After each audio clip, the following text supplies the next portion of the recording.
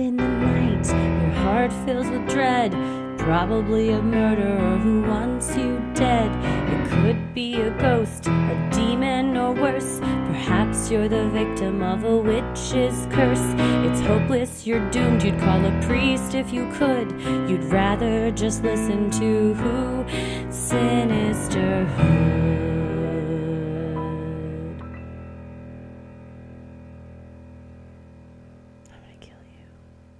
Hello and welcome to another edition of Freaky Friday, where we tell your odd but true stories. We are here on Friday, January 13th, one of only two Friday the 13th in 2023. Really? So one now and one in October. Well, I think those are the 2 months we do it. We started off strong and then spooky month. Of course you got to have one. Yeah. For sure. Well, we have a lineup of some freaky ones, a couple of themes in this one, high school / college, and then stuff pertaining to a recent episode that we did a few weeks ago. We always appreciate hearing firsthand accounts if we cover something and someone's like, I actually grew up in that, or I was around that, or I experienced it. So thank you for writing them in. I'm excited to get into these. Yes. Well, I'm Christy. I'm Heather. And let's get freaky. Well, this first one is from Victoria, and it is called My High School Years Was a Lifetime Movie. Hi, ladies. Love your podcast and love Freaky Friday. This might be long, so let me dive in. I went to high school in Denton, Texas, during the years when the Ryan High School football team was going to state all the time. Football was obviously very popular, so going to JV games was just something to do Thursday nights to hang out. That's where I met my future and first boyfriend, the beginning of freshman year. I was in sports and band, so my schedule was pretty full, which also meant that I spent my free time hanging out in the band hall. Can we say safe space? Things were going pretty well, and we continued dating through the summer. Sophomore year started, and that's when things took a turn. He started getting weird and gradually possessive. He would call my friends to find out where I was, drive by my apartment to see if I was home, walk with me to my classes during school, and wait outside band hall constantly. It got to be too much, so I broke up with him and told him to leave me alone. That did not go well, and things escalated dramatically. This was during AIM days, and he would IM me constantly. Every time I blocked a screen name, he'd make a new one. He would call our house non-stop, to the point I would have to unplug the phone. Mind you, my mom was working third shift at Walmart and trying to go to UNT. I was alone most of the time, and he knew this. He would park in our apartment complex for hours and wait for me to go check the mail, then follow me. One time my friend picked me up so we could go to the mall, and he followed us around the mall. Eventually he disappeared. We went to her truck, only to find that he had slashed her tires. Her parents wouldn't let her hang out with me after that, and eventually I lost all of my friends due to his constant harassment. He told me he was going to kill himself, and tried to make me watch a live stream of him cutting his wrist. Eventually, my mom tried to file a restraining order because he broke the window to our ground floor apartment and tried to break in when she wasn't home. We were told that since we went to the same school, there wasn't much we could do. Things continually escalated, with him even being arrested a few times for harassment. There's way more that I can't even list at all. I was ostracized by my friends to the point where my mom put in for a hardship transfer to Denton High School my junior year. Eventually, I started to date another boy, and then he became the target of the harassment as well. Being scared to go to school half the time, I ended up skipping a lot and staying home. I almost didn't graduate, but my mom talked to an Army recruiter who helped me out, and I joined the Army when I was 17. I never moved back to Denton, and I've looked him up a few times. He's been in and out of jail since then, still lives with his mother apparently, and I still have dreams about him. I have PTSD from things that happened in the military, but my therapist has told me that it started before then due to these events. My husband still doesn't understand why I get spooked when he walks into a room without making noise. Ironically, he's a cop. He knows about my traumatic past events, but I guess it's hard to understand for a man. Thanks for all you guys do, and I really enjoy hearing other wild stories about ghosts, aliens, and other creepy things. It's sad but comforting when I hear others submit their stories of stalkers and near misses with murders, because I can relate all too well. P.S. I've attached a screenshot of his jail records for you. Love y'all, Victoria. This kind of thing is just so infuriating because you hear a student crying out for help, genuine danger. I mean, willing to slash tires, willing to bust out windows, and have them go, I don't know, you go to the same school, sorry. And then the onus is on you, the victim, to put in for a hardship, which I don't know if that's every state has that, but in Texas, you can put in for a hardship to go to a school that's out of your district. So now the onus is on you to find a new school to go to, which it sounds like might even be what you want because your friends, unfortunately, have ostracized you.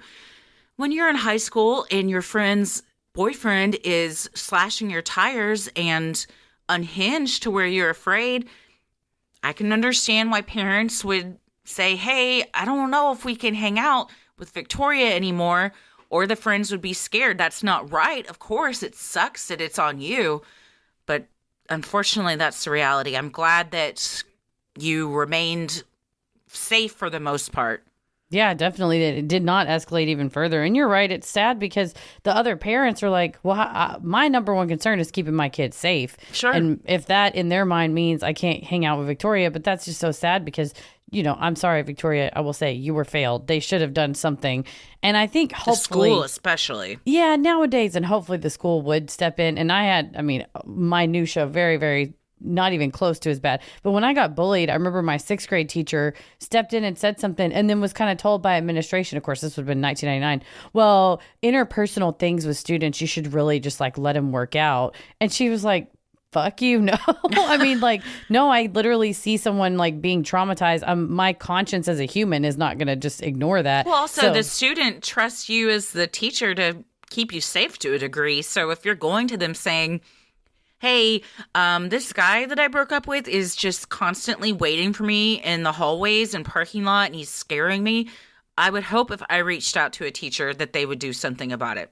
Right. Administration, especially if her mom got involved. Well, I'm glad you left him behind. But yeah, this is a case of she got punished for literally nothing except for being abused. Like you're being targeted and then you have to switch schools. You have to file for the paperwork. You have to drive farther to a new school. Mm-hmm. Make new friends. Mm-hmm. Be scared. I mean, like her therapist said, she started struggling with PTSD before the military. Yeah. Which goes to show how toxic and abusive and damaging stalker situations can be, that has affected you more than stuff you saw in the military. Yeah. And I mean, because you feel so unsafe in your own home. Mm-hmm. That's so sad. At least in the military, you're trained to fight back. And the screenshot of his jail records, a lot of drug charges, traffic violations, and I believe there was... Look like identity theft. Yeah. So, you know, not a great guy. No, it just tells me a person who has no regard for laws. So, you know, he doesn't have regard for laws of, you know, stealing somebody's identity or whatever. He's not going to have regard if you go, you can't be within this many feet of somebody. But hopefully he is fucked off to the moon. Yeah, I hope so. Well, thank you so much, Victoria, for sending that in. Continuing with some high school Texas stuff, we've got Ray, who wrote in with small town Texas trauma. I wanted to share my neighborhood true crime story from when I was in high school. We had 2 different lockdowns that year due to shootings on the blocks right next to the school. One of them more crazy, which I'll begin telling you about. So I was a sophomore, I think, in 2012, and we went on lockdown right before lunch because of this incident that happened 3 houses down from mine and a block over from our high school. We didn't have the story until it was on the news later. We talked about it all day after lockdown. An older woman lived there and had a nurse there pretty often. I didn't ever really see her, but our neighborhood was pretty close, so our community was devastated. A college athlete from Texas Tech, which is about 30 minutes away from us, committed this heinous act on 2 victims. The homeowner, Faye Gray, 89, and her 21-year-old nurse. The guy broke in to try and rob her home, but in the process, shot and killed Miss Gray. He sexually assaulted the nurse and shot her in the head. Somehow, the nurse went from the very end of the block where Miss Gray lived to the other end of the block, walked right past my frickin' house with a gunshot to the head, to my old middle school friend's house, and got help from the family there. I can't remember what else really happened on my end, but the guy made it all the way back to Lubbock to his residence and was later arrested. When I got out of school, we had to drive through the police tape to get home, so I could pack bag and stay the night at my dad's. Once I was able to go home, I remember walking down the block and looking for the blood on the sidewalk, just because I was, of course, weird as fuck and really into CSI. The guy who did this ended up being deemed incompetent to stand trial for a decade until August of 2022. He supposedly had schizophrenia and delusions until his recent evaluation, where he stated he was able to stop his delusions if needed. This monster of a man, through the years of being in mental hospitals and jail, was quoted saying, "I feel like going to jail and being in hospitals is cruel and unusual punishment."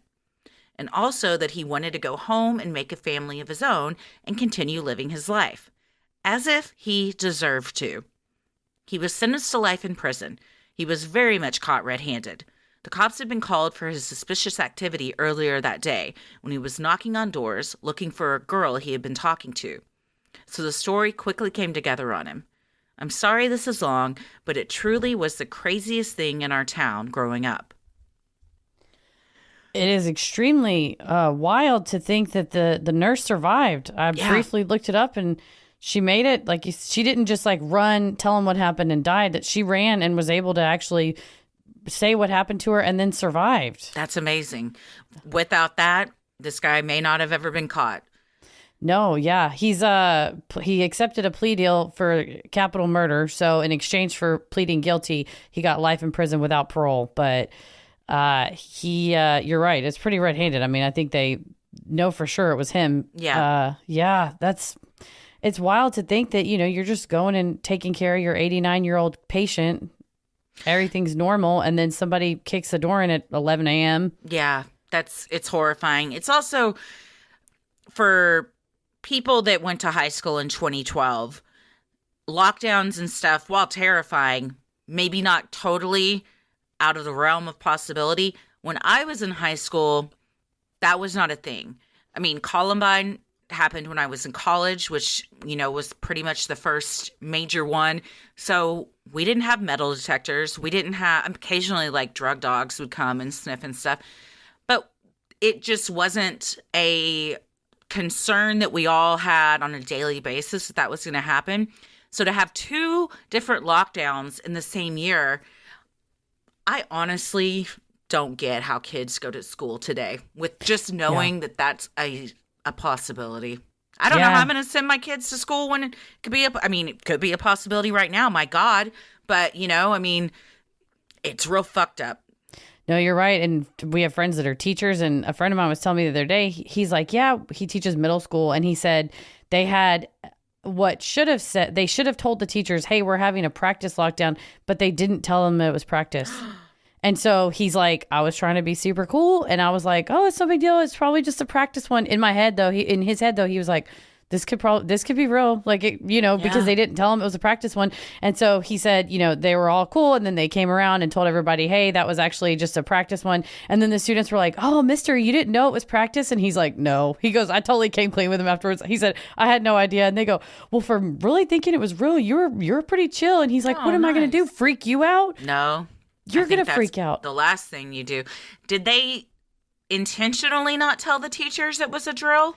From what I understood from him saying it was like a miscommunication. Like they were supposed to have like sent out like an email or something, or they were supposed to say, like, instead of just saying, this is a lockdown drill, they're supposed to say code 12. This is a lockdown drill. Like they said something before. When I was in high school, it was so strange because they wouldn't outright name that we were having active shooter drills. They would call it like folder. It was so cheesy. They would make an announcement and be like, Principal Smith needs his blue folder, and that's like code blue or whatever. I'm like, just fucking say it's a lockdown. Why are we speaking in code?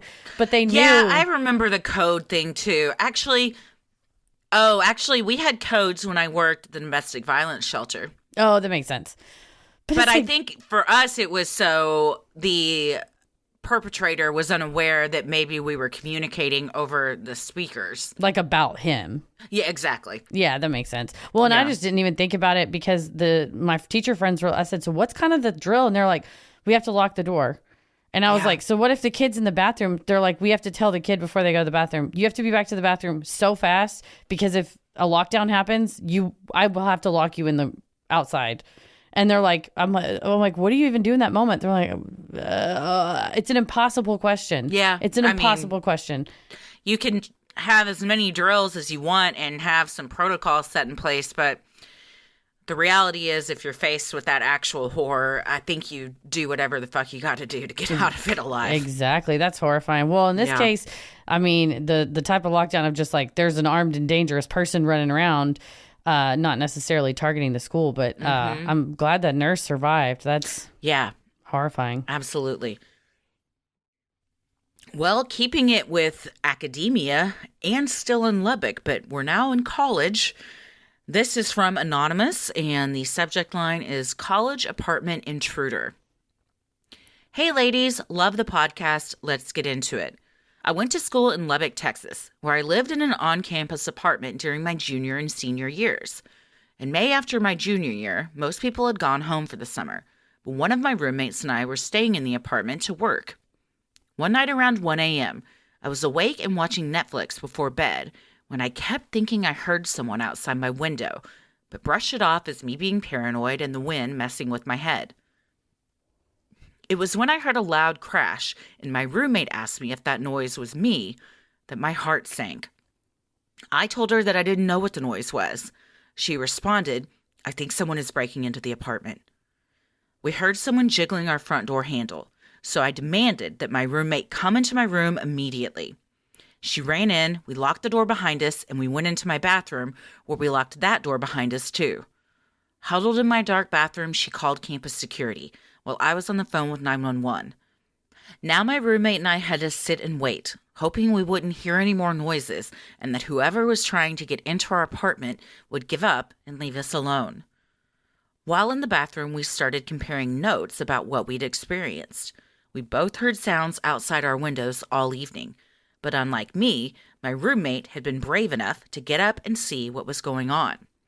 Through her blinds, she saw someone standing at her window with what looked like a knife in their hand. She even showed me the photo she took when she saw the person standing there. After about 10 minutes, we heard someone knocking on our door and announcing themselves as police. We opened the bathroom door, but froze at my bedroom door. What if the person had made it into our apartment and was waiting to ambush us? Armed with a hammer from the tool set my parents had given me the Christmas before, thanks Mom and Dad, we burst from my room and ran for the front door. We let the campus security and the police officer in, who took our statements and said they would look around the inside and outside of our apartment. Outside our apartment, they found 2 screens from our windows that were ripped out and another screen that was slashed. Unfortunately, the police and campus security couldn't do much at that point, but gave us a case number and their contact information, just in case. My roommate and I decided we didn't want to stay in the apartment that night and made arrangements to stay with friends or family for a little while. Eventually, I felt comfortable enough to stay in the apartment again and continued living there for another year without any further incidents. Hope you enjoyed my brush with an intruder. Remember to always lock your doors and keep it creepy. Well, I hung out with you and Tommy last night and we watched that movie Fall, and then I came home and it was like 12:30 when I came home, and I decided to have some cookies and milk, and I'm sitting on my couch and like my front door, there's like glass, and I thought, if somebody just walked to my front door, like what would I even do? I mean, I guess go in the other room and hide and call 911, but that's something to be said about being up late at night that you just happened to notice that sound and been able to take action to stop it, right? Versus you happen to be asleep and you didn't hear it or whatever. But I thought of that. And I'm sitting here looking out the window. I was like, we're all so vulnerable. Oh, yeah. Yeah. So I mean, we all like to think, and I think there is something to be said that if you're in your house with all the doors locked and maybe alarms set, you do feel a sense of security. And I hope you do, because that's what we all want. And there is some security with that. But at any time, somebody could kick in your door and just wreak havoc is the reality of it. We're all just hoping that didn't happen. Right. And I think nowadays, too, hopefully with the more and more prevalence of cameras and cameras that are like cloud cameras. So if you came to, break into somebody's house and they have a Ring doorbell, you could try to spray paint it or obfuscate your face somehow or rip it off. It doesn't matter. It goes into a cloud somewhere, so you can't get the footage out of it. So that's the other, it's something to be said for, whatever Ring, Simply Safe, Nest, whatever brand you use, but it goes somewhere that can't be touched, that you at least preserved, their face or whatever. That's creepy, though, that you're just hiding in your bathroom going, well, I hope that's the cops. Yeah. Especially when you've got a couple layers of doors. I've often wondered about that. If there's a situation where you're calling because there's someone in your house and the police can't get in because the doors are locked, I guess they just bust down the door. Or in any situation where you're trying to call for the cops, but like your doors are locked shut. What if they're deadbolted? They just got to bash it in? One of those big old things? Yeah, they're like, go at the trunk and get the basher. If you're on 911 and you told them I'm injured or there's a person in here with me, I think they would kick your doors open. If you said, I think there might be someone outside trying to get in, I don't think they would protocol-wise kick your door in, absent thinking that they heard a scuffle or a scream or something from the inside, because they're not allowed to come in unless they have probable cause. If exigent circumstances is like, I'm bleeding in here, then they can kick the door in and come in. What about when you are just sitting on your patio one night and you've got Elton John up really loud and you don't hear the police knocking at your door because the neighbors have called in a noise violation, and then all of a sudden you turn around and coming up the stairs into your apartment are two cops? Is that allowed? No, they Okay, well, that is a true story. When was this? This was when I lived in Florida. They just came into the house? I guess it was unlocked. There it is. I was like, was the front door unlocked? Because if they heard sounds and they're like, well, we heard a noise violation and there was no response when we knocked, we thought maybe someone was unconscious inside, so we opened the door. I always keep my door locked. Well, I think the tiny dancer blaring from the patio probably indicated that everyone was fine. But yeah, they were like, well, we were knocking and nobody answered. Yeah, because we're all jamming out to Rocket Man. We don't hear you knocking on the door, but y'all just come on in. And then they were like, okay, just turn it down and left. But it was, yeah. Sounds like they should have done a crocodile knock. Oh.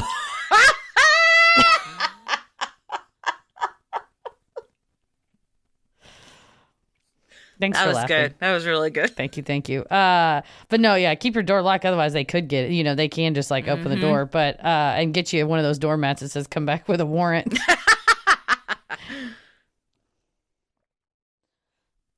Well, thank y'all for sending those in. This next one is from Lida, and the subject line is "New Jersey Demon" or "When Paranormal Becomes Too Much." Hey, spooky ladies. Love Freaky Friday stories, and here's mine. I'm a divorced mama of twin girls living my best life. My fiance, we just got engaged after 5 years together, and I run a blended household consisting of 3 teens, a menagerie of rescued cats and rabbits, and a sweet German Shepherd puppy named Tara. I'm originally from Russia and spent the last 20 years in New Jersey, meaning that there are very few things I am afraid of, and I don't back down from a fight. Take it from a girl who once single-handedly killed a rabid possum with a shovel and then buried it next to Jimmy Hoffa. So, 4 years ago, I had just moved in with my now fiance. Since the housing market here is and will always be a shit show, we ended up renting while we were saving for our own place. The house was large, drafty, and spoopy as fuck. In the first week, I left my then 10-year-olds home alone for a bit while I ran out to get groceries. I came back to find them hiding in the basement in absolute hysterics. They told me they were watching TV in the family room and someone started rattling the front door. The fresh snow on the porch, however, was undisturbed. I told them it's the wind and left it at that. Soon after, I was making coffee in the kitchen and saw a black shape move quickly in my peripheral vision. I quickly turned around, but nothing was there. These instances continued for the 2 years we lived in that house, and we named the shape Dr. Facilier, after the villain from Disney's Princess and the Frog. In addition, things in the house would move and not be where we left them. Cold air would whoosh over you, and my black cat would freeze in place and stare at something only she could see. But these instances weren't really malicious or menacing, and we had plenty of shit on our plate, pandemic, to be bothered by these shenanigans. In the summer of 2021, we bought our forever home and finally moved. One of my most prized possessions are my grandma's 3 jewelry boxes. She was my best friend and passed away in 2015. Her passing still makes me sad. The jewelry in the boxes is not the most expensive, but they also hold her handwritten notes and still smell like her perfume when I open them. I made sure to pack them away safely and noted the packing box they were in. Well, after the move, I couldn't find them. I looked everywhere for days and I was heartbroken. I had my first and hopefully only experience of sleep paralysis shortly after. During it, I couldn't move, talk, or even wake up. And guess who was standing at the foot of my bed?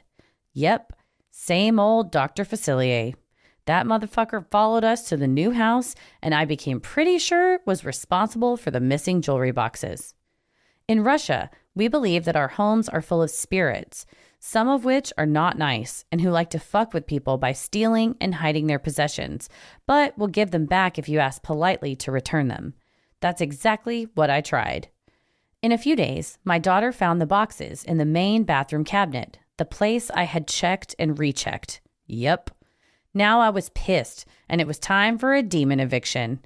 I got sage sticks, opened doors and windows, and with the same steady, unwavering hand that held that shovel over the possum's head a few years prior, smudged the entire house.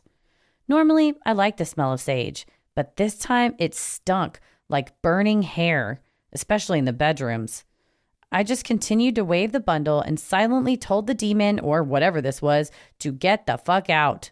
It worked. No more sleep paralysis, bad dreams, cold spots, or dark shadows since. Our house is cozy, safe, and happy. So what do you think? Was I crazy, or did I evict a demon who likes to fuck with people and probably attached itself to us because we named it? Well, they say not to name an animal if you don't want to keep it around and get attached to it. So maybe so. Dr. Facilier is a pretty great name for a demon if you've got to have one. It is a good, yeah, you picked the villain, but yeah, it's like a stray cat demon. Mm-hmm. Yeah, it came with, meow. You can't name them. Ella's named all of them in the neighborhood, so we see them quite frequently. Heather and I got a nice old raccoon that we've befriended from a distance. We have to name him. We haven't named him yet. I know. I was thinking last night, should we, or did we just keep her following him? Like, oh, there he is. Look at him. There he goes. Look how majestic he looks. He's beautiful. You got me a desk calendar that's like a ghost a day desk calendar. Mm-hmm. And so I tear off the day and then I write on the back of it something good that happened that day. And then I put it in a little container and then I guess I'll go back and read them. And I wrote on there, the raccoon of your street name. Is the thing. I was like, hung out with Christy, did this and this. Also, saw the raccoon of your street again. So far, that's just his name. But maybe he'll follow you to the new house. Gosh, well, he's gonna be quite a distance from where he is now. In raccoon terms, yeah. Driving wise, not that bad. If you got little raccoon legs, that's gonna take you a minute.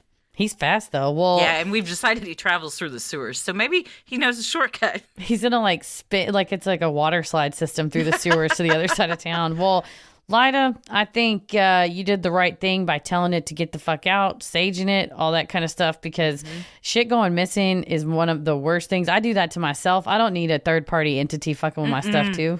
No, I got 2 kids who are much like Dr. Facilier. They're their own little problems. But yeah, a minute ago, I was trying to untangle these fucking headphones. They've tangled all up. I don't know where anything is. I don't need a demon also coming around. If a demon wants to help me out and be like, hey, your kid threw this in the toilet, and I'm pretty sure that it's your earbuds and you didn't want that to happen. So here, I'm going to put them back right here for you. Thank you. The demon's like, listen, it's gross for you to put your hands in the toilet, but I'm a demon, so I'm funky anyway. I'll pull them out and put them in some rice for you. You're like, you are welcome here. Yes. Thank you. Thank you, demon. Oh, well, thank you, Lida. I think, like I said, you did the right thing. Sage them out. Do whatever you got to do. Well, this next one is from Megan, and the subject line is, my family was part of the Gothard Brigade. Let's get right to the point. First of all, I'm no contact with my aunt, uncle, and most of my cousins. So here we go. Growing up, I had 8 cousins. Would have been 12 if there were not miscarriages and other medical problems. And of course, my aunt and uncle. I knew something was off by the way the cousins were, but I shrugged it off thinking they were more religious than my father, Southern Baptist Prime Minister, who was deeply loved by all communities. R.I.P. I often heard the name Gothard mentioned in conversations, but I was always too busy being too secular, according to my cousins. They made their own clothes, used hand-me-downs, and were not allowed to watch television unless the program was approved by Gothard, the most holy man that ever walked the earth, according to my aunt. During the summers, the family would get together every Tuesday to hang out at my grandmother's house and take advantage of their pool in any way possible. This was all fun and games, but my cousins would often baptize themselves in the pool. They would put floats on the edge of the pool and run across them, yelling, "This is like Jesus walking on water," and scold me and my brother for listening to modern Christian music. What was already weird enough, my cousins would go to what I called Gothard conversion summer camps. I believe a lot of them were in Texas, but I could be wrong.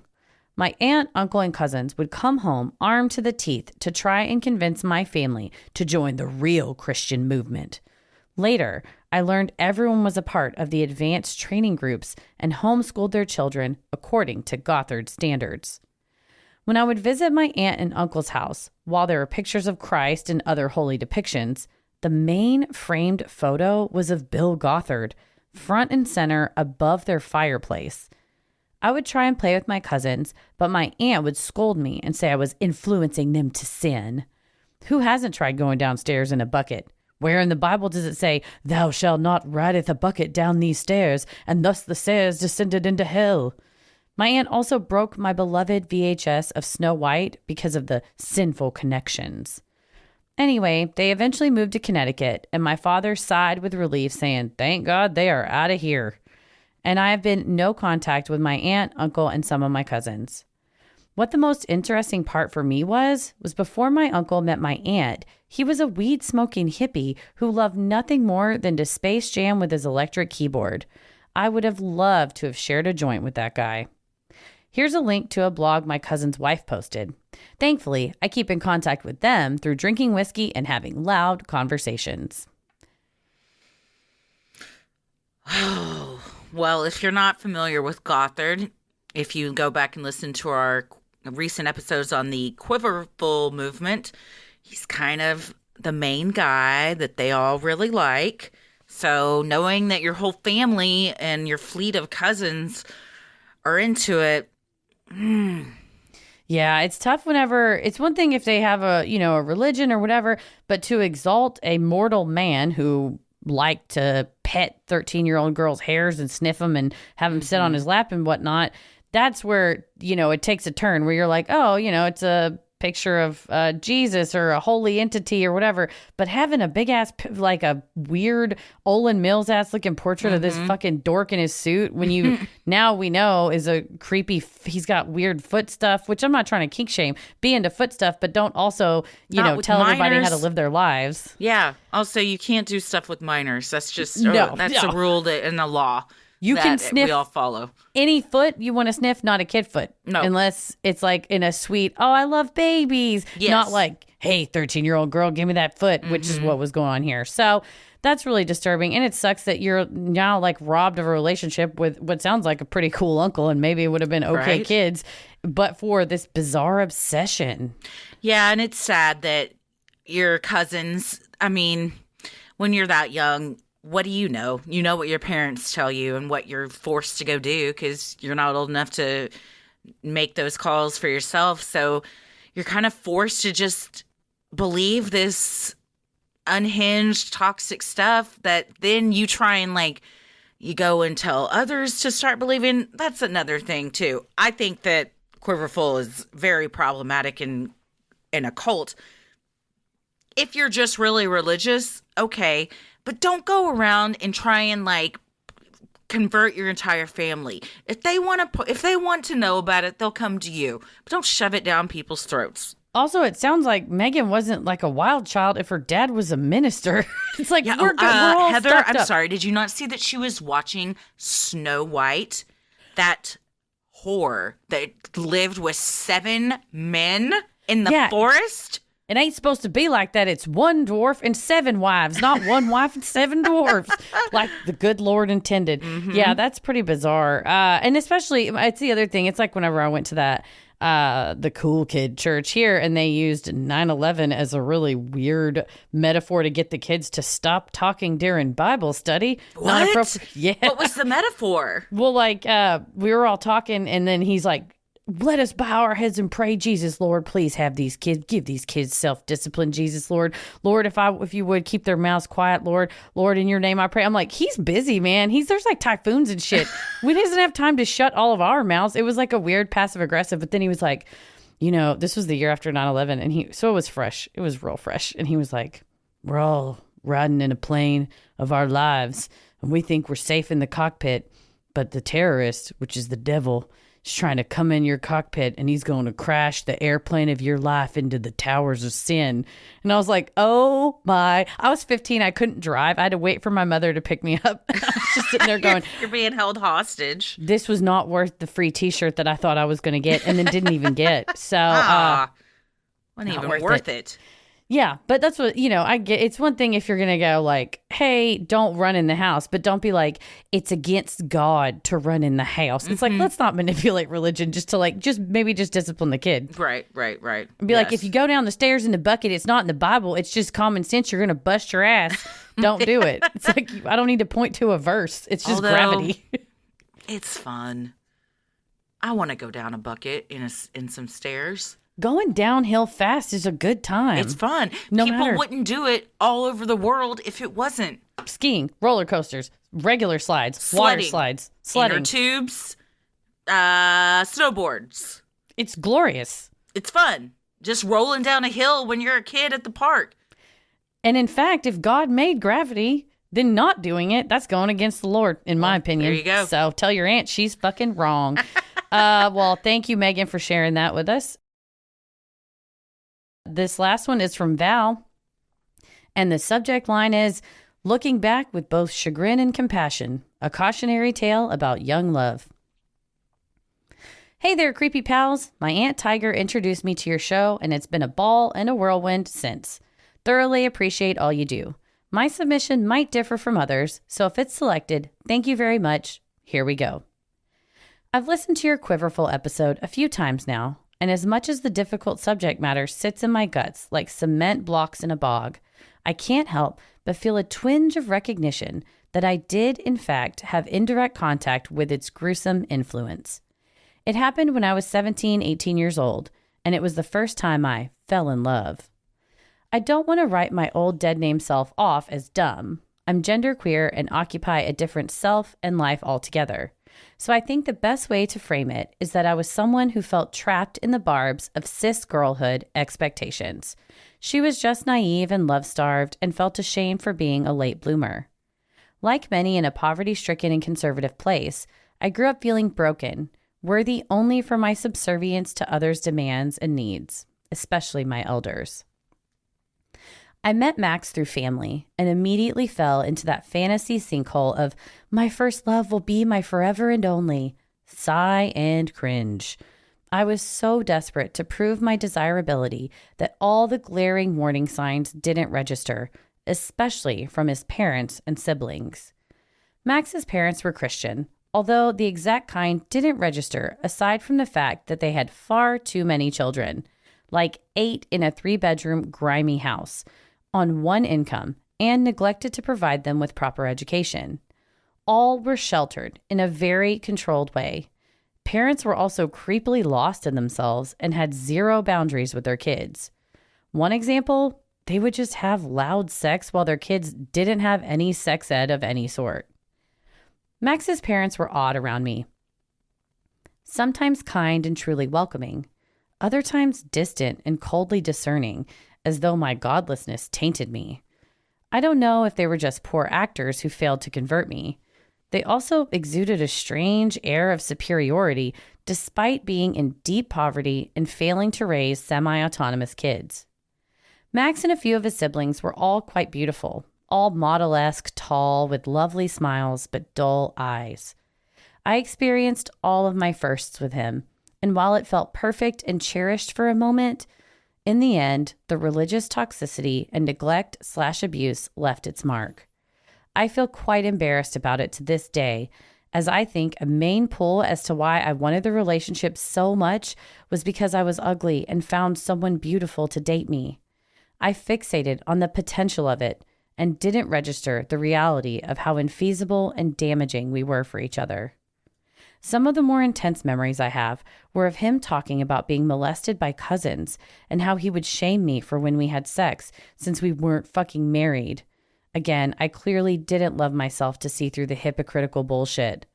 One minute he was loving and like my best friend, and the next he seemed to get off on arguing with me and flexing his religion to excuse himself and silence me. Again, it always stemmed back to his parents. Probably didn't help he was the middle child in that mess either.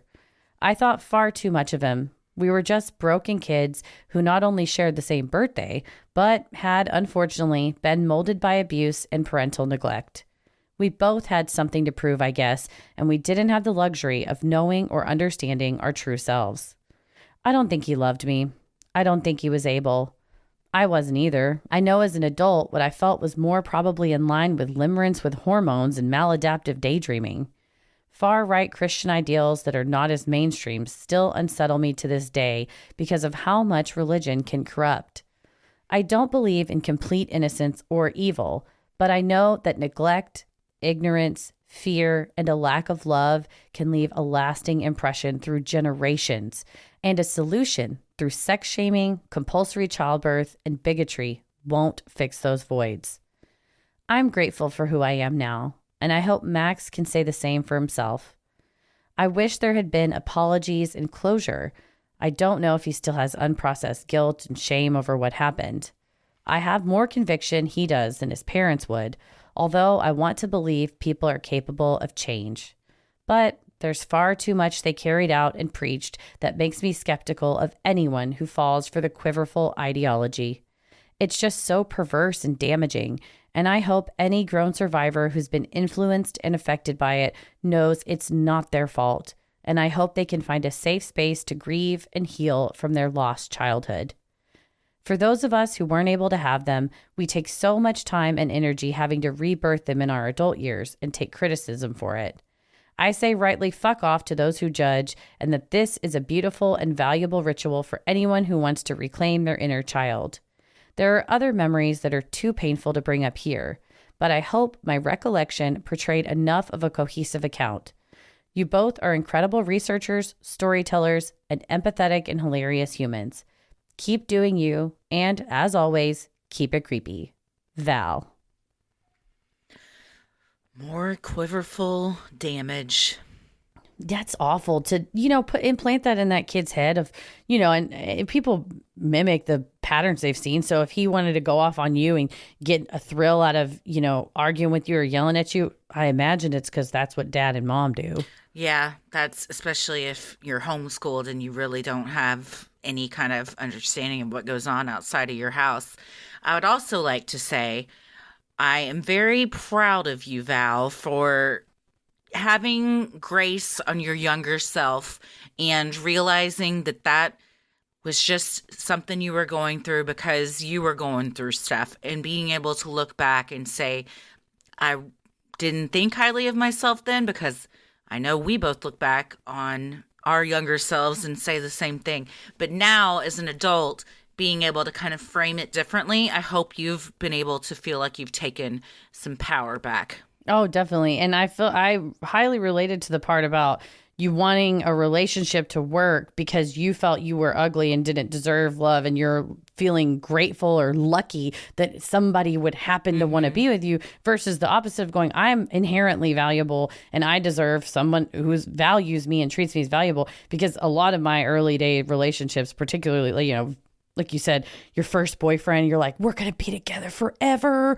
We're going to be like, you know, it's going to be like a fairy tale. And you're like, no, it's not. I have some bad news. I have some bad news. It's not. But I hung on to it because I thought, well, I'm just so lucky anybody is willing to even just, you know, denigrate themselves to be with me. And that was totally the opposite. But I love the grace that you have for yourself. And I have talked about it before, like writing a letter to my past self of thank you for going through that. You were beautiful all along. You didn't have to do that. But I appreciate all the hardships, you know, because I love my life. But definitely related to that, Val. Absolutely. Well, thank you, Val, and everybody else that sent in your stories. If you have an odd but true story, maybe you've encountered Bigfoot, you've seen a UFO, you had a brush with true crime, or you felt the presence of an otherworldly being, send them in at sinisterhood.com/Freaky Friday.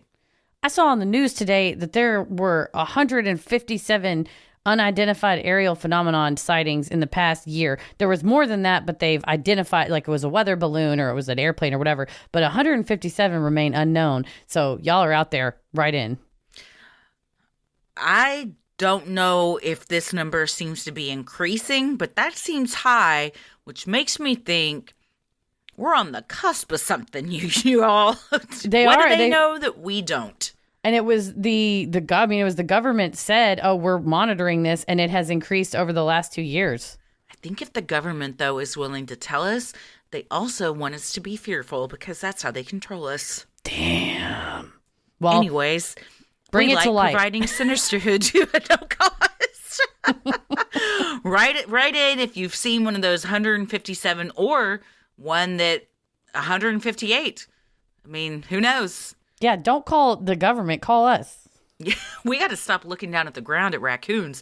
Start looking up in the sky when we're outside. See if we can see one of these things. Maybe we see a raccoon flying a UFO, and then we just die from happiness right there on the spot. Bye.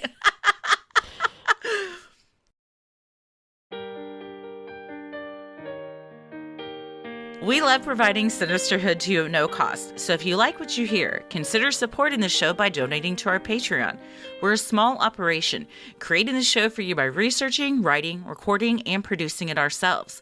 Any amount is sincerely appreciated and helps offset the cost of making and hosting the show.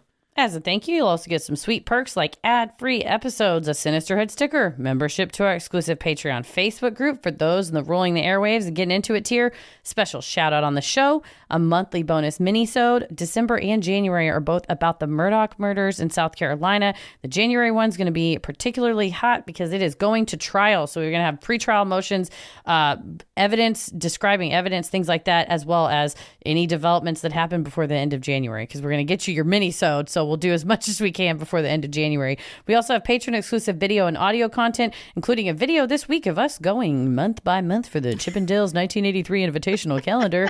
Audio content like Am I the Asshole, Relationship Advice, Judge Christie, Dear Sinister, True Crime Headlines, and more.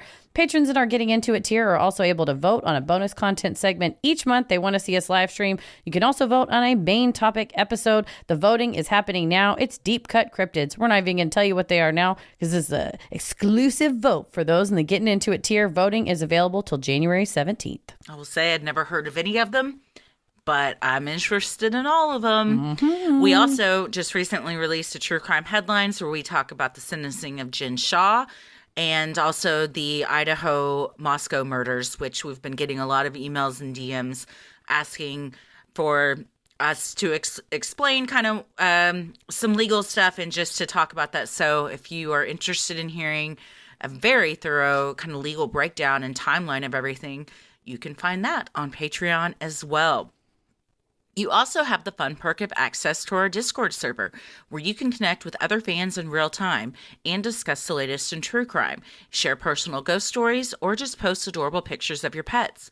We hop on occasionally, and we host monthly Q&As on Crowdcast, where you can ask us all your burning questions. For patrons not in the U.S., you have the option to pay in pounds or euros, saving you the cost of the conversion fee.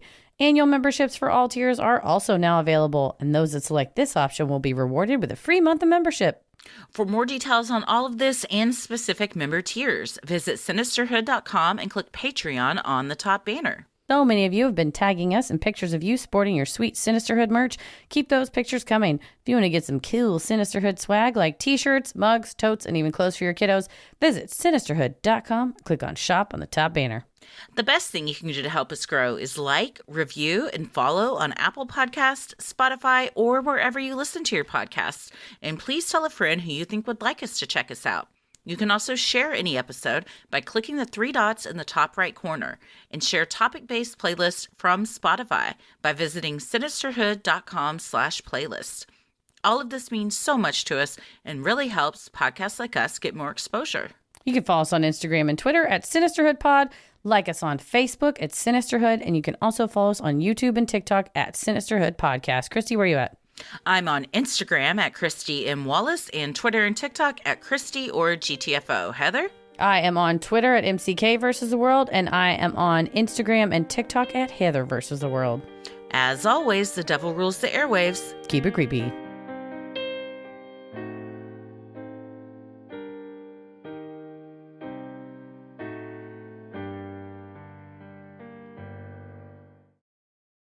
Sinisterhood.